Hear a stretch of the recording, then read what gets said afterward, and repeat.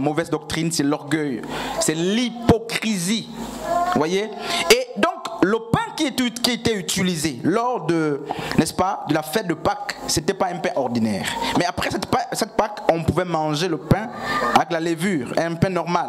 Mais quand cette fête arrivait, le pain qui devait être, même avant que la fête n'arrive, on écartait déjà plusieurs jours avant le pain avec la levure. Mais on va quelque part. Donc, chez moi, au verset 7, on dit dans Luc 22, « Or, le jour des pains sans levain, où l'on devait immoler la Pâque, arriva. » Et qu'est-ce qui se passe? Jésus envoya Pétros et Yohanan, donc Pierre et Jean, en disant, « Allez nous préparer la Pâque. » C'est écrit comment chez vous là-bas? Pâque, là, c'est comment? C'est majuscule. Oui. Ok.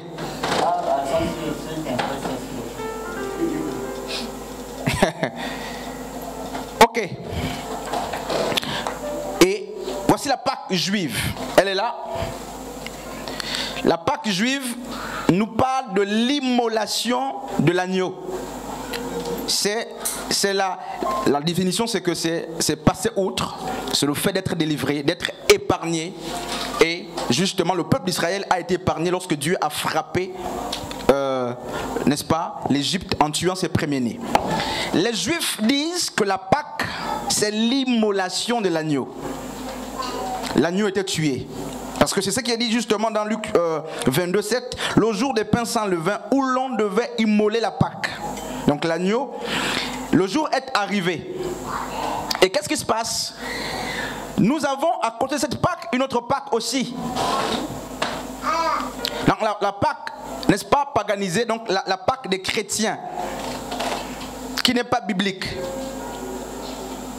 Vous voyez? La Pâque des chrétiens là, c'est une autre fête. Lorsqu'on a lu Lévitique chapitre 23, on a la Pâque, il n'y a pas ça cette Pâque là. On nous parle de cette fête, dont la première est la Pâque. Mais le christianisme, dont un des grands pionniers, c'était Constantin Ier, mais justement, lors du concile de Nicée de 325, Nicée c'est une ville de la Turquie, ils vont amener des dogmes, n'est-ce pas? Mais parmi ces dogmes, ils ont amené le jour de dimanche, déjà, parce que les Juifs prennent, les Hébreux prennent le samedi, les musulmans prennent vendredi, et les chrétiens, maintenant les nations, on dit pour nous là c'est dimanche. Constantin, avec tous les pères de l'Église que vous connaissez, vont commencer à imposer des dogmes. Parmi ces dogmes, il va naître une autre fête, la Pâque. Et pour faire la différence avec la Pâque juive, ils vont mettre S. Et leur Pâque parle de la résurrection de Christ. Alors que la Pâque juive nous parle, n'est-ce pas, de l'immolation de l'agneau.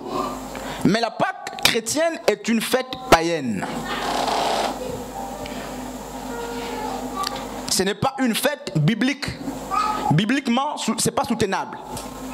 Et c'est cette fête-là qui est célébrée quand vous entendez Pâques, Pâques, Pâques. C'est cette fête. La fête de Pâques. Et regardez ce qui se fait. C'est cette Pâque qui est célébrée. Et cette Pâque, mais c'est quoi? C'est la suite, semble-t-il, de cette Pâque. Il faut que l'agneau soit immolé. Et sinon pas la résurrection. Il y a un texte ici qui dit si Christ n'est pas ressuscité, notre prédication 20. C'est quel texte là? T'es dit?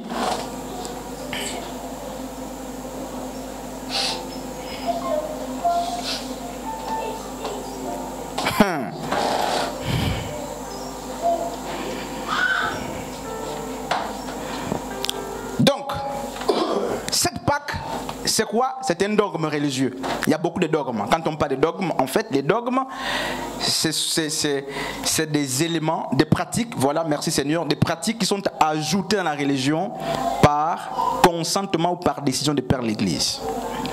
Dans les dogmes religieux, on a, n'est-ce pas, l'habit du pasteur.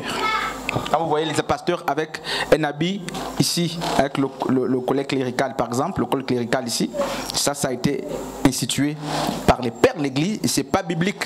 La Bible nous parle de l'habit du sacrificateur qui n'avait rien à voir avec justement l'habit du pasteur. Et l'habit du sacrificateur, c'était quoi? C'était les œuvres. En fait, c'est la symbolique des bonnes œuvres. Voilà, rien à voir avec l'habit du pasteur pour être reconnu. C'est au concile de Nicée, justement, qu'on apprend qu'il y a adultère lorsque vous êtes marié. Ça, c'est vraiment une parenthèse. Si vous êtes marié et que l'église, vous n'êtes pas l'église, vous êtes un adultère, même si la mairie vous a agréé. Ça, c'est catholique. Ça, c'est le dogme catholique. Pour catholique, si votre mariage n'est pas parti à l'église pour être béni, vous êtes adultère dans le péché. Vous voyez? Pour catholique, là où il n'y a pas le pasteur, vraiment, là où il n'y a pas le pasteur, il n'y a pas le culte. Ça, c'est catholique.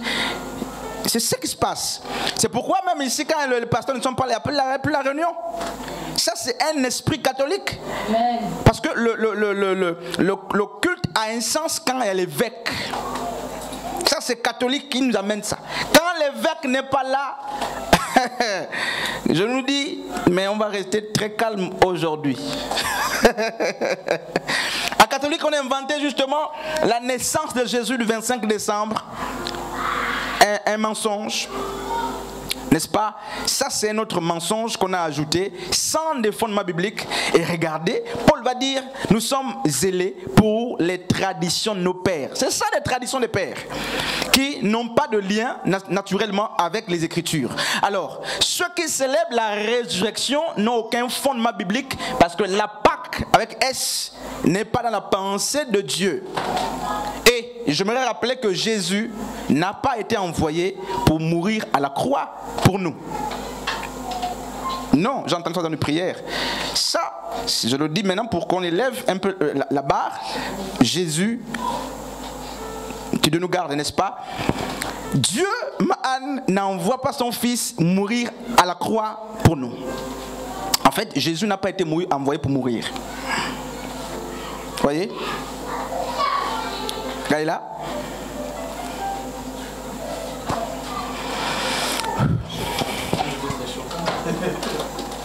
On aura le temps de répondre. Quelqu'un connaît la parabole, n'est-ce pas, des mauvais vignerons?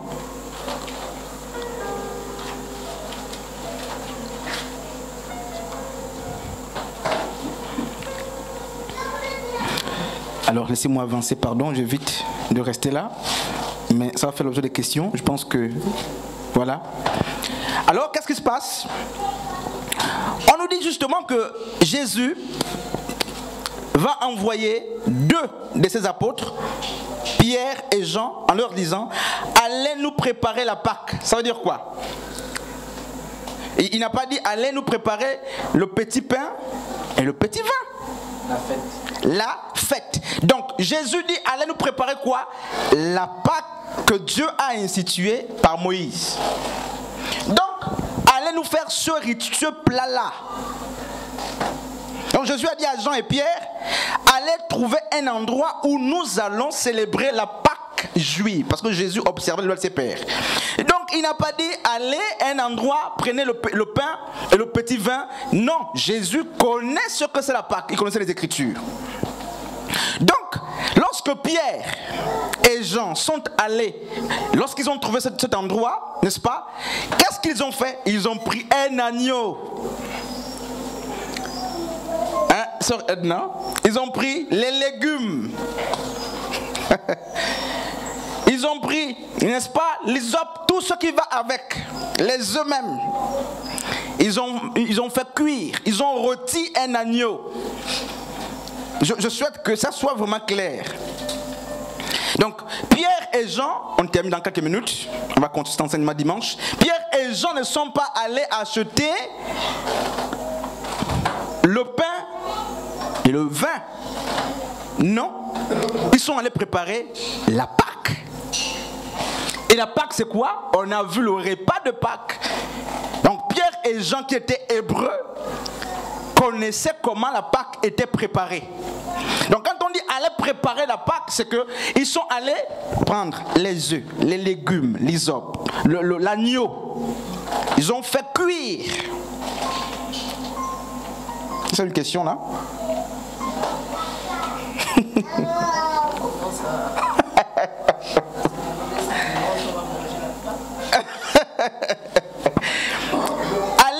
Préparer le rituel de Moïse.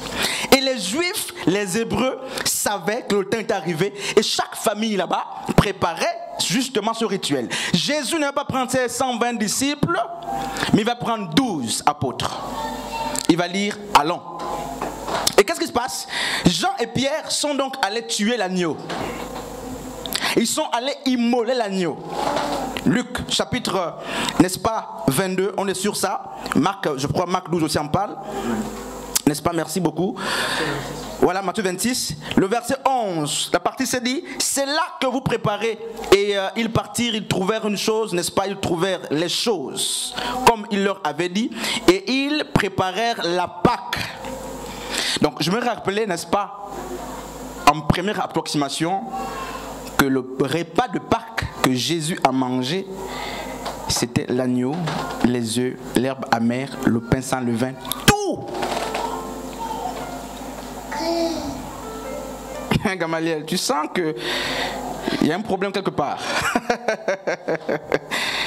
Alors je commence par là. Est-ce que ça a déjà été fait une fois? Non? Non, on va quelque part. J'aime quand on lit doucement comme ça parce qu'il y a les choses. Le verset 15. Je vais terminer peut-être dans quelques minutes. On va continuer dimanche. Et que Dieu nous aide. N'est-ce pas? Alors Jésus dit ceci, j'ai désiré d'un grand désir. Chez vous on a dit quoi là? Voilà, vivement. Donc en hébreu on dit, la traduction littérale dit qu'il a désiré d'un grand désir. C'était pour montrer combien justement il tenait à manger justement ce repas de Pâques. Il dit, j'ai désiré d'un grand désir de manger cette Pâque avec vous avant de souffrir. Car, je vous le dis, je n'en mangerai plus jusqu'à ce qu'il soit accompli dans le royaume d'Élohim. Et voilà. Le verset 17 dit quoi? Et ayant pris une coupe et rendit grâce, ok. il dit, prenez cette coupe. Écoutons frère, il y a combien de coupes là? On dit la coupe. Verset 17. Jésus prend une coupe.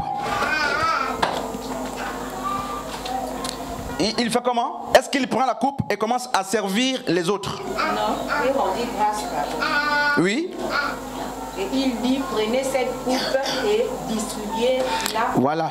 D'abord, on nous apprend que, n'est-ce pas, la coupe va être distribuée. N'est-ce pas? Sans dire les crachats de quelqu'un, je veux qu'on reste d'abord là, littéral. Ça c'est quand on est rigoureux avec les Écritures. La même coupe, la carafe ou bien c'est pas la coupe là, Jésus l'a prise, cette coupe, il a mis le vin, il a bu et après il a distribué sa coupe.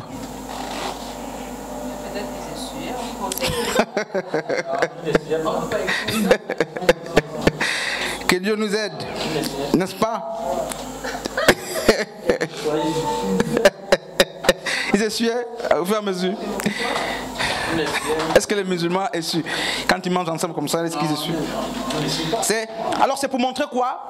C'est pour montrer le fait que la même coupe passe.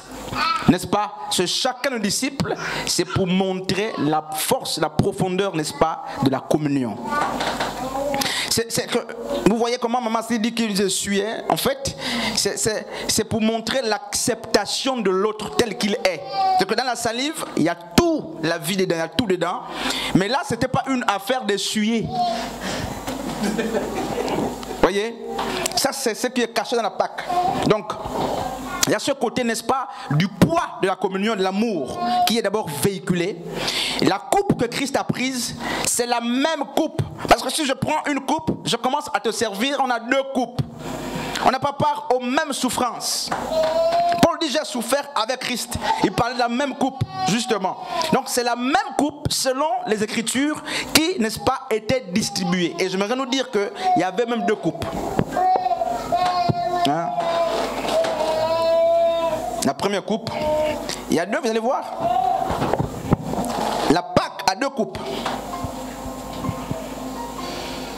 Un gars est là, ce gars est là. Regardez. Alors, le verset 17, ayant pris la coupe, il rendit grâce et dit, prenez-la et distribuez-la entre vous. Car, je vous le dis, je ne boirai plus, n'est-ce pas, le fruit de la vigne. Voilà. Donc, dans cette coupe, il y avait quoi? La vigne. La vigne nous parle de quoi? Du vin, n'est-ce pas? Donc, soit on a le mou, soit on a le vin. Donc, soit il est alcoolisé, soit il est, c'est le sucré. Mais en fait, c'est pas le jus, c'était pas le jus, n'est-ce pas? On va voir ça dans 1 Corinthiens 15, 11, pardon. C'est pas le jus. Ça n'a jamais été le jus. C'était... mets ça, s'il te plaît, en charge. C'était le vin, le vrai vin, puisque dans 1 Corinthiens 11, là-bas, je crois, ils étaient ivres. Oui. Vous voyez? Ok. Donc, la vigne, on va lire d'abord Jean chapitre 15, à partir du verset... Jean 5, Jean 15, à partir du verset...